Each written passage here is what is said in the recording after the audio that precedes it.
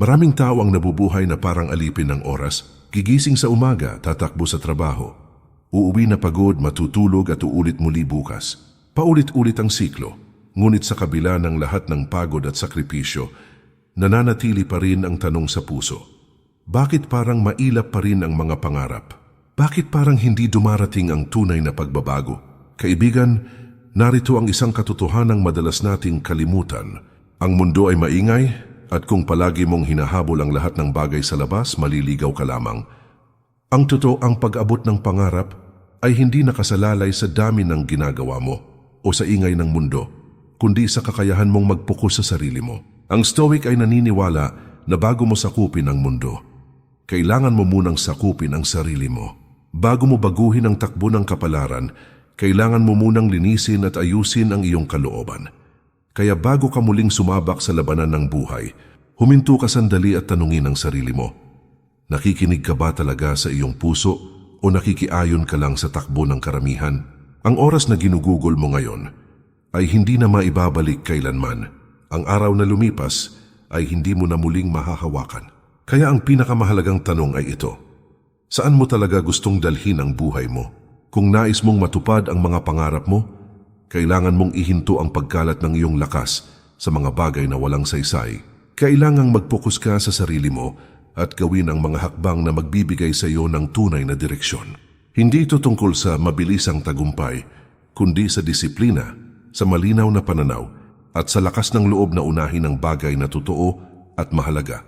At sa video na ito, ipapakita ko sa iyo ang 7 bagay na dapat mong gawin para marating ang tugatog ng iyong mga pangarap. Mga bagay na hindi lamang magbabago sa paraan ng iyong pagkilos, kundi pati na rin sa lalim ng iyong pag-iisip at sa linaw ng iyong pananaw sa buhay. Kaibigan at kapatid, muli, inaanyayahan kita na mag-subscribe sa ating channel para lagi kang updated sa mga bagong videos na aking gagawin at babago sa pananaw mo sa buhay. Ngayon na malinaw na sa iyo na ang unang hakbang patungo sa tagumpay ay hindi nasa kamay ng ibang tao, kundi nasa loob mo mismo, panahon na para simulan natin ang paglalakbay. Huwag mong hayaan na manatili lang itong salita na nadinig mo. Gawin mo itong gabay na maisa sa buhay mo araw-araw. Number 1. Alamin kung sino ka at huwag mong ikahiya ang sarili mo. Maraming tao ang inuuna ang impresyon ng iba kaysa ang katotohanang nasa kanilang kalooban. Gumigising sila araw-araw para lamang tumugma sa pamantayan ng lipunan. Sinusukat ang sarili batay sa palakpak ng tao at nakikipaghabulan sa mga bagay na hindi naman talaga nila gusto.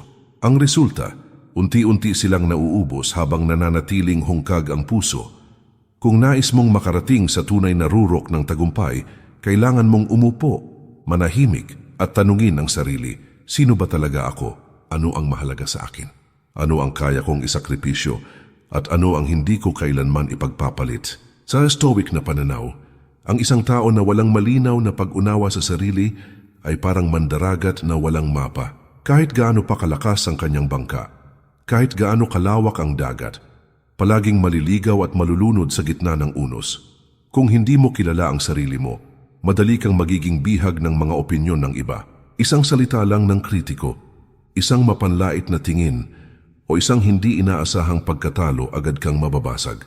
Ngunit kapag malinaw sa iyo kung sino ka, ang mga salita ng iba ay nagiging parang hangin lamang. Hindi ka matitinag ng takot, hindi ka mauubos ng panghuhusga, at hindi ka maaapektuhan ng ingay ng paligid. Ito ang dahilan kung bakit napakahalaga ng pagtanggap sa sarili. Tanggapin ang iyong lakas, at higit sa lahat, tanggapin ang iyong kahinaan. Hindi ito tanda ng pagkatalo, kundi ng katapatan at lakas ng loob. Ang taong marunong tumanggap ng kanyang kahinaan ay hindi madaling mabuwal dahil alam niya kung saan siya dapat maging matatag. Kapag natutunan mong maging tapat sa sarili mo, mas malinaw ang magiging direksyon ng iyong buhay. Hindi mo na hahabulin ang mga bagay na hindi talaga para sa iyo. Hindi mo na kailangang magpanggap o makipagsabayan para lang mapansin. Ang magiging gabay mo ay hindi na ang palakpak ng iba, kundi ang payapa at matatag na tinig mula sa iyong kalooban. Ang unang tagumpay, bago mo marating ang pinakamataas na bundok ng iyong mga pangarap, ay ang pagkakamit ng kapayapaan sa sarili. Sapagkat kung hindi mo kilala at tinatanggap ang sarili mo, Anumang tagumpay ang makamtan mo, mananatili ka pa ring hungkag. Ngunit kung buo ka sa loob, kahit gaano kaliit ang marating mo, ramdam mo ang tunay na kahulugan ng tagumpay. Number 2. Disiplinahin ang iyong isip at huwag hayaang ikulong ka ng iyong emosyon. Isa sa pinakamalaking hadlang sa pag-abot ng pangarap ay hindi ang kakulangan ng oportunidad kundi ang kakulangan ng disiplina sa pag-iisip. Maraming tao ang talino, may talento at may kakayahan. Ngunit madaling matangay ng emosyon, ng takot, ng galit, ng inggit at ng pagkadismaya. Kapag hinayaan mong ikaw ay alipinin ng iyong damdamin, mawawala ka sa tamang landas at madalas kang mauuwi sa pagkadismaya at panghihina ng loob. Tinuturo ng mga Stoic na ang isip ang tunay na hari ng ating pagkatao. Ang mga emosyon ay parang unos na dumarating at lumilipas. Ngunit ang isip, ang timon na magdadala sa atin sa ligtas na dalampasigan.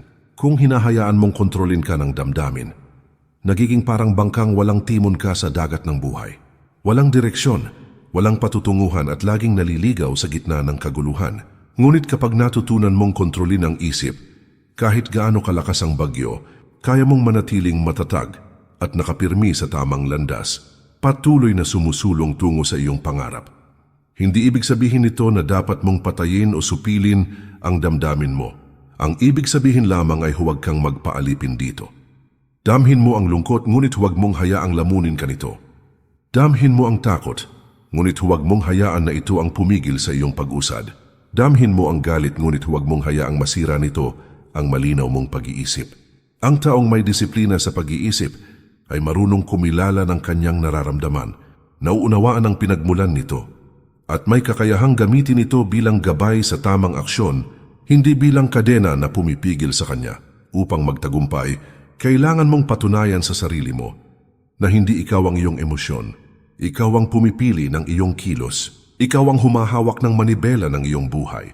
Ang disiplina ng isip ay magtuturo sa iyo na manatiling kalmado sa gitna ng kaguluhan, makakita ng malinaw na landas sa oras ng problema at magpatuloy kahit mabigat ang laban. Sa bawat hakbang na ginagawa mo, nang may kontrol sa isip, natututo kang maging mas malakas, mas matatag, at mas tiyak sa direksyon ng iyong pangarap. Sa oras na masanay ka sa ganitong uri ng disiplina, hindi ka na madaling matitinag. Ang mga pangungutya ng iba ay hindi na makakapagpabagsak sa iyo. Ang bigat ng problema ay hindi na makakapigil sa iyo. Ang anumang unos na dumarating ay nagiging pagkakataon para mas lumakas, mas maging matatag, at mas malinaw ang landas mo. At higit sa lahat, ikaw mismo ang magiging tunay na may-ari ng iyong buhay. Hindi ang pabago-bagong emosyon na dati ay pumipigil sa iyo, kundi ang iyong matatag at disiplinadong isip na gabay sa bawat hakbang. Number 3. Itigil ang pag-aaksaya ng oras sa walang saysay na bagay. Walang pangarap ang natutupad sa pamamagitan ng pag-aaksaya ng oras. Maraming tao ang abala sa maraming bagay, ngunit walang malinaw na direksyon. Gumigising, nagtatrabaho, naglalakad sa lungsod, nag-i-scroll sa social media, nakikinig sa chismis at pagkatapos ay natutulog ng parang walang nangyari sa kanilang buhay. Lahat ng iyon ay nagiging ingay lamang na humahadlang sa tunay na pag-unlad. Ang Stoic ay nagtuturo na ang oras ay ang pinakadakilang yaman ng tao. Hindi ito nababalik kapag lumipas na. Kung palagi kang nakatuon sa mga bagay na walang saysay, mawawala ang pinakamahalagang sandali na maaari mong ilaan sa pag-unlad ng sarili, sa paglinang ng kakayahan at sa pagtahak sa direksyon ng pangarap. Ang taong matalino ay hindi lamang marunong magtrabaho kundi marunong ding pumili kung saan niya ilalagay ang kanyang lakas at atensyon. Huwag hayaang ang ingay ng paligid, ang walang katapusang distractions, o ang takot na mawala ng oras ay maging dahilan ng pagkaligaw mo. Maglaan ng panahon para sa mga bagay na tunay na magdadala sa iyo sa layunin mo. Maglaan ng oras para matuto, magplano, magpahinga at magsikap sa tamang paraan. Ang bawat oras na ginugugol mo ng may direksyon ay magiging hakbang patungo sa iyong pangarap. Kapag natutunan mong pahalagahan ang oras at gamitin ito ng may layunin, ang lahat ng bagay na dati ay nakakaistorbo at nakakawala ng focus ay mawawala sa iyong buhay. Ang mga bagay na dati ay nakakapagod at walang kabuluhan ay mapapalitan ng mga aksyon na may saysay. Sa ganitong paraan, bawat araw na lumilipas ay nagiging pundasyon ng iyong tagumpay at ang pangarap na dati ay tila mailap ay unti-unti nang nagiging realidad. Sa oras na mamaster mo ang paggamit ng iyong oras ng may disiplina, hindi ka na basta matitinag ng abala o distractions. Magiging malinaw ang direksyon mo, mas matibay ang iyong loob, at mas mapapalapit ka sa pangarap na pinapangarap mo ng matagal. Ang oras na ginugugol mo sa tamang paraan ay hindi lamang nagbubunga ng tagumpay, kundi nagbubukas din ng kapayapaan sa loob mo sapagkat alam mong bawat sandali ay may saysay at may layunin. Number 4. Panatilihin ang katahimikan at iwasan ang labis na pagsasalita. Sa mundong puno ng ingay, kaalaman at opinyon ng iba, isa sa pinakamahalagang bagay na maaari mong gawin para sa sarili mo ay ang matutong manatili sa katahimikan. Maraming tao ang gumagamit ng salita ng walang saysay, nag-aaksaya ng enerhiya sa pakikipagtalo, o palaging nagpapakita ng opinyon na hindi naman mahalaga sa kanilang tunay na landas. Sa bawat sandaling nagsasalita ka ng walang layunin, nawawala ang lakas na maaari mong gamitin para sa paglinang ng isip, puso at kakayahan. Ng Stoic ay nagtuturo na ang katahimikan ay hindi kahinaan kundi tanda ng lakas. Ang taong marunong makinig, mag-obserba at magsuri bago magsalita ay mas matalino, mas mahinahon at mas maayos ang direksyon ng buhay.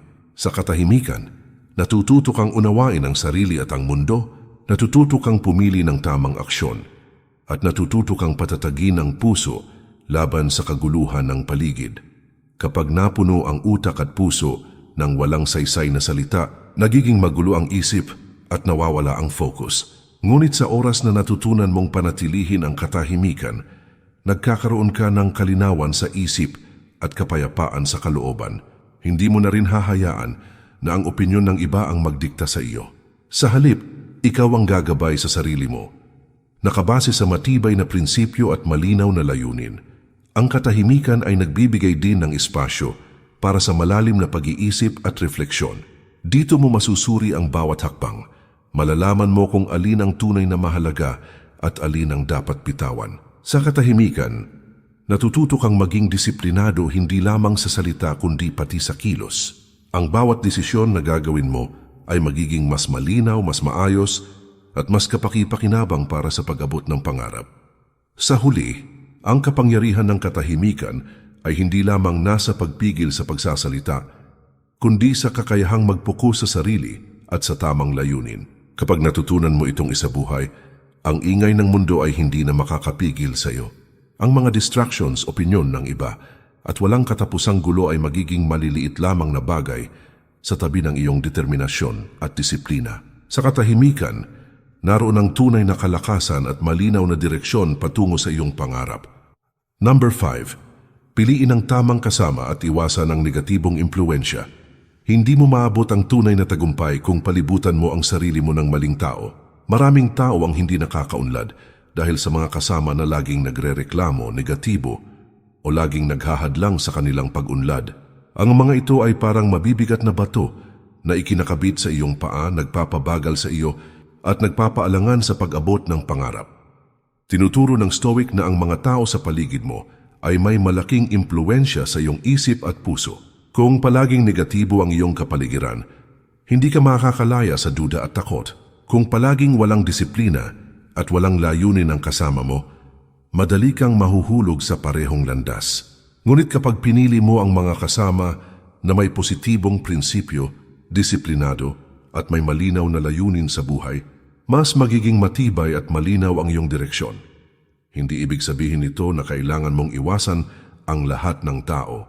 Ang ibig sabihin nito ay kailangan mong maging maingat at piliin kung sino ang nagbibigay sa iyo ng inspirasyon, lakas at suporta, at kung sino ang nagiging hadlang sa iyong pag-unlad. Ang mga tamang kasama ay nagbibigay ng gabay sa oras ng pagkaligaw, suporta sa oras ng panghihina at pananaw sa oras ng kalituhan. Ang maling kasama ay nagdadala ng pagkalito, duda, at hindi kailanman nakakatulong sa iyong landas. Kung nais mong maabot ang iyong pangarap, magsimula ka sa paglinis ng iyong kapaligiran. Pagmasdan kung sino ang nagbibigay sa iyo ng lakas at sino ang nagpapahina ng iyong loob. Maglaan ng oras para sa mga taong makakatulong sa iyong pag-unlad At huwag matakot na iwanan ang mga taong walang silbi sa iyong paglalakbay.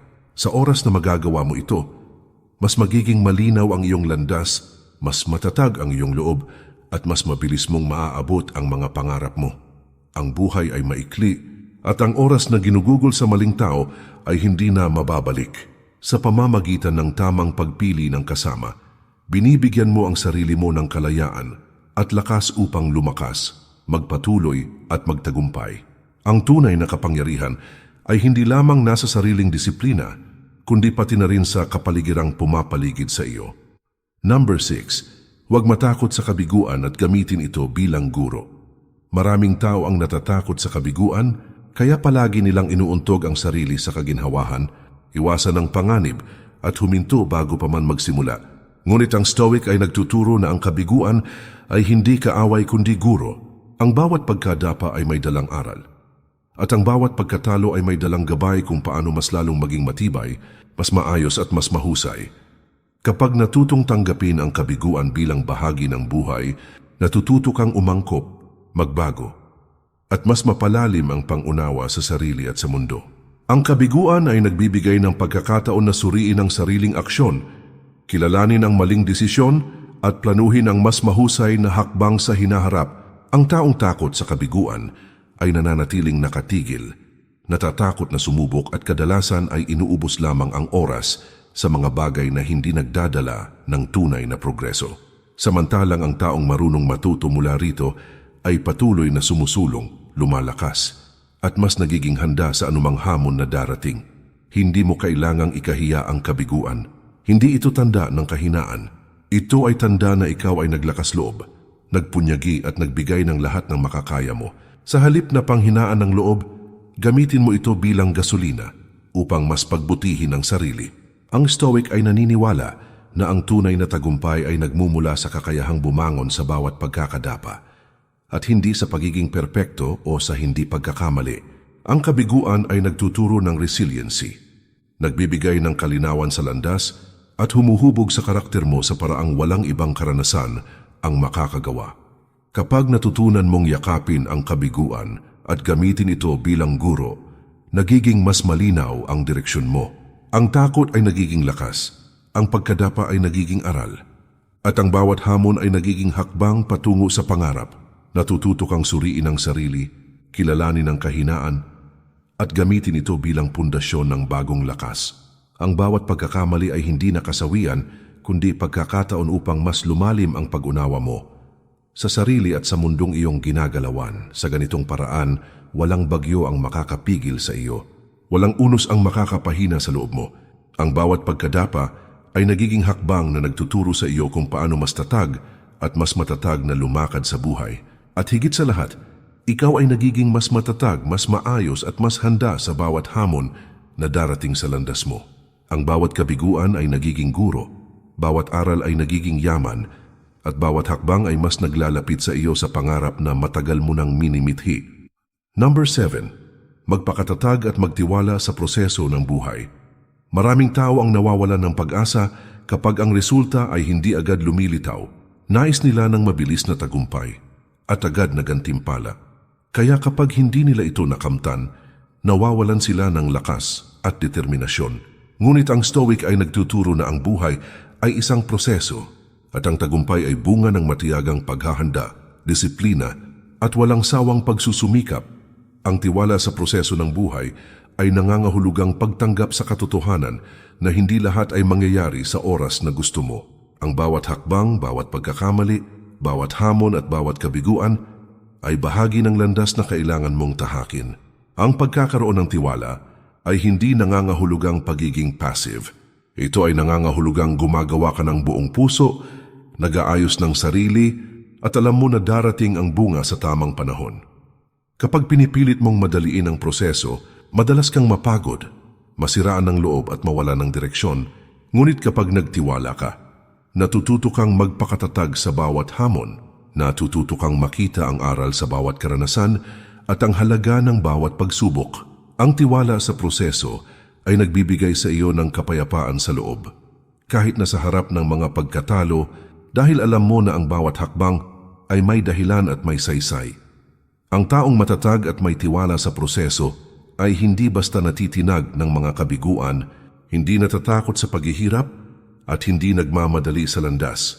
Sa halip siya ay patuloy na nag-aaral, nag-aayos ng sarili, at nagpapatibay sa loob upang maging handa sa lahat ng darating. Ang kanyang focus ay hindi lamang sa resulta, kundi sa bawat hakbang na kanyang ginagawa, sa bawat aral na kanyang natututuhan, at sa bawat pagkakataon na lumalakas ang kanyang loob at karanasan. Kapag natutunan mong magpakatatag at magtiwala sa proseso, nagiging matatag ang iyong loob sa harap ng lahat ng unos. Ang bawat pangarap na dati ay tila malayo ay unti-unting nagiging malapit. Ang bawat hakbang ay may kabuluhan at ang bawat araw ay may aral. At sa huli natutunan mo na ang tagumpay ay hindi lamang nakukuha sa mabilis na resulta, kundi sa matatag at disiplinadong paglalakbay patungo sa iyong pangarap. Magtiwala ka sa proseso, magpakatatag ka sa bawat hakbang, at tandaan, ang buhay ay isang mahabang landas na dapat tahakin ng may determinasyon, disiplina at malinaw na layunin. Sa oras na isabuhay mo ito, walang pangarap ang imposible. At ang tagumpay ay hindi lamang magiging pangarap kundi isang tiyak na realidad. Ang bawat hakbang na ito ay hindi lamang simpleng payo kundi gabay sa tunay na pagbabago ng buhay. Ang tunay na tagumpay ay hindi lamang nasusukat sa material na bagay o sa papuri ng ibang tao. Ito ay nasusukat sa kung gaano ka nagiging disiplinado. Malinaw ang isip, matatag ang loob, at mapayapa sa kalooban habang tinatahak mo ang landas ng iyong pangarap. Huwag kang matakot magsimula muli, humarap sa kabiguan, o maglaan ng oras sa iyong sarili. Ang bawat hakbang na iyong ginagawa ngayon ay pundasyon ng mas matibay, mas maayos, at mas matagumpay na hinaharap. Huwag mong hayaang ang ingay ng mundo, opinyon ng iba, o pansamantalang kabiguan ang pumigil sa iyo. Sa halip, gamitin mo ang mga ito bilang paalala na ang lakas, kapayapaan at tagumpay ay nagmumula sa loob mo. Alalahanin mo rin ang proseso ng pagbabago at pag-abot sa pangarap ay hindi mabilis. Ito ay nangangailangan ng tiyaga, pasensya at disiplina araw-araw. Ngunit sa bawat hakbang na ginawa mo ng may intensyon at katapatan sa sarili, mas lumalapit ka sa buhay na iyong pinapangarap, mas lumalalim ang iyong pangunawa sa sarili, at mas napapalakas ang iyong loob. Ang bawat araw na ginugugol mo sa tamang paraan ay hakbang patungo sa buhay na puno ng tagumpay at kapayapaan.